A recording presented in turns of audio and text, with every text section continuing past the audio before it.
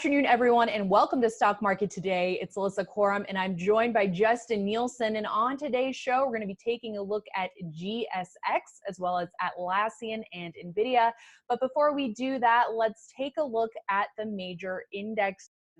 Now, here we're showing you a chart of Triple Q, the NASDAQ 100 Invesco ETF, because we did see the NASDAQ end up reversing lower for the day, closing down about 0.5%. Stocks coming well off of their intraday highs late in the session, Justin. The S&P closing up just 1.1% after rising as much as 5% intraday. What do you make of these, the sell-off in the end of the session? Well, we still remain in kind of a news-driven market, and a lot of the hopes are tied to the stimulus package, but it's not a done deal yet, as we quickly learned, because Bernie Sanders is stating that he might put a hold on things if he doesn't get some of the guarantees he'd like for unemployment. So that is a wrinkle that people are kind of, again, expecting the stimulus package to pass, and it's one of the largest that we've ever seen, but it's not a done deal yet, and it still has to get through the House. So there is still some obstacles that this has to go through. And for now, though, we do still have our rally intact. So this was something that came up on IBD Live this morning, where some people were asking, do you need every day to be up in order to keep the rally intact when you're doing a rally attempt? And that is not the case. As long as we stay above the low that you've so elegantly described right there on the chart, thank you. As long as we stay above that low, that rally is intact. And so we are still looking for a follow-through day for the NASDAQ composite. We can get that as early as tomorrow.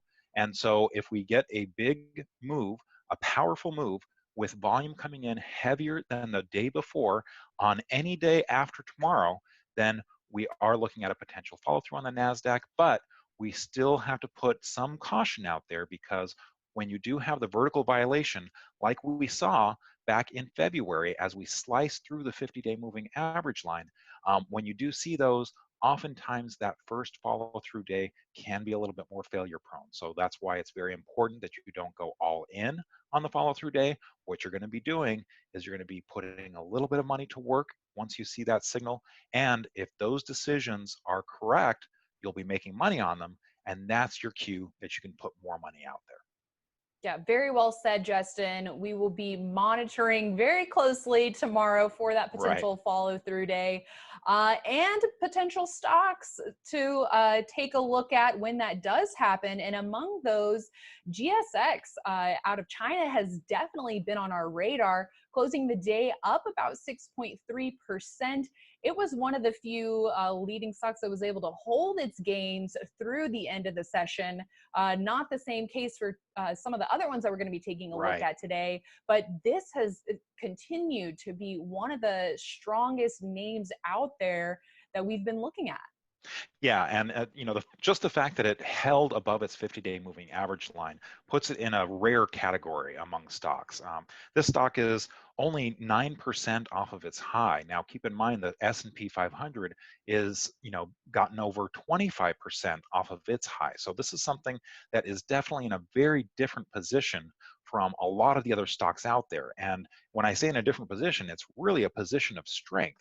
So it held above its 50-day moving average line, and you can see that the relative strength line has just been soaring. So this is something that was doing a very big move earlier this year, and the pullback just really hasn't affected this as deeply as it has with a lot of other stocks. Now, what I was looking at today is the fact that this was kind of making a downtrend here.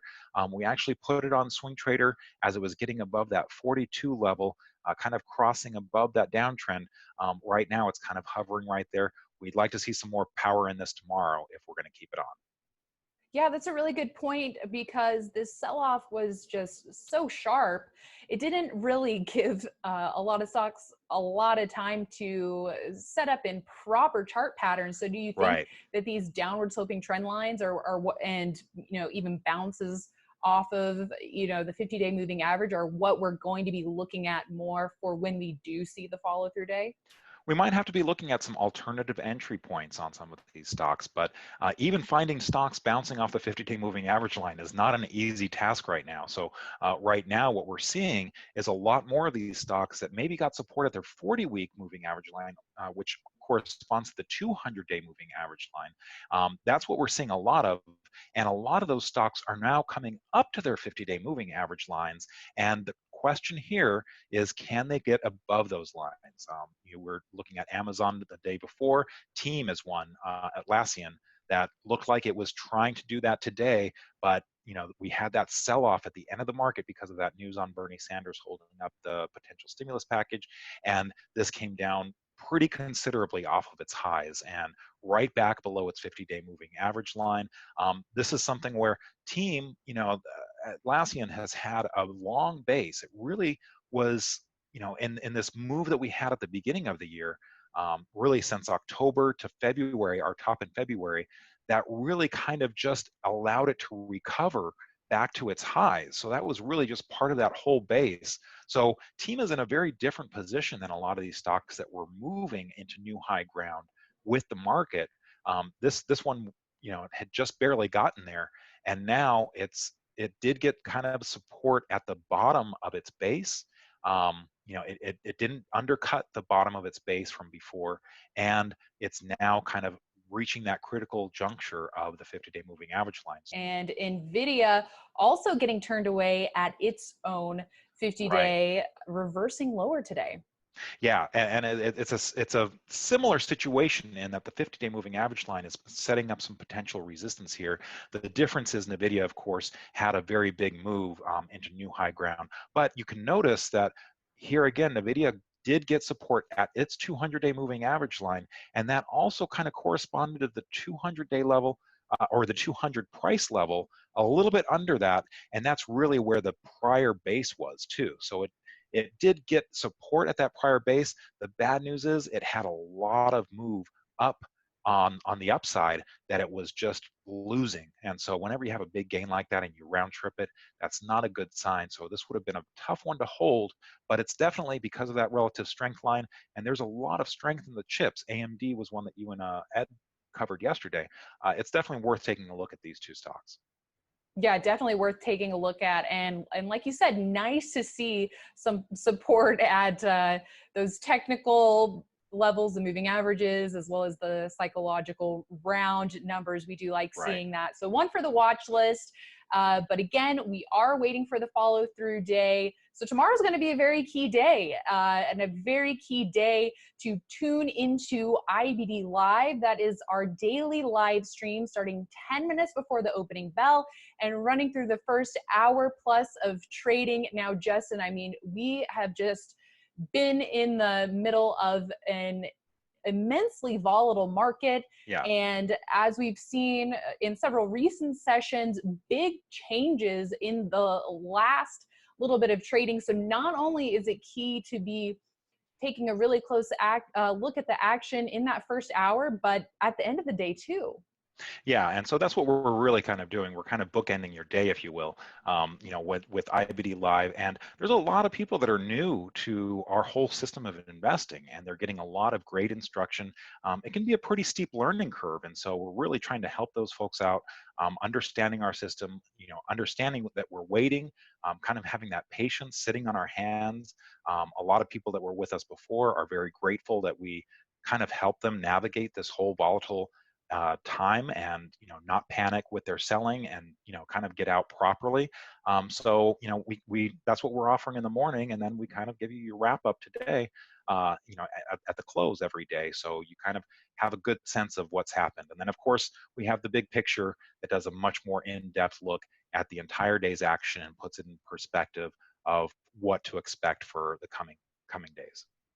Yeah, that's right. And another great thing I think about IBD Live is that even though it is just for the first part of the trading session, we are going so in depth into how you would be handling your portfolio and the different strategies given what could happen later in the session. We're always going through all the different scenarios of if this is what ends up happening, if this is what ends up happening. So you can feel confident that you are in very good hands, a great group that is really analyzing this with a lot of experience and in great detail.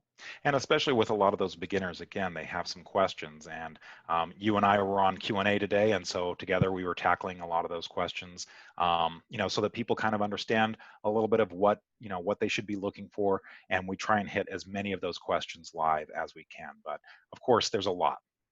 Yes, yes, we're doing the best that we can. But if you have not yet checked out IBD Live, make sure you do so by going to investors.com/IBD Live. We'd love to see you there tomorrow morning. And thanks so much for watching. We'll see you tomorrow morning on IBD Live if you join us, and right back here tomorrow afternoon. Thanks for watching.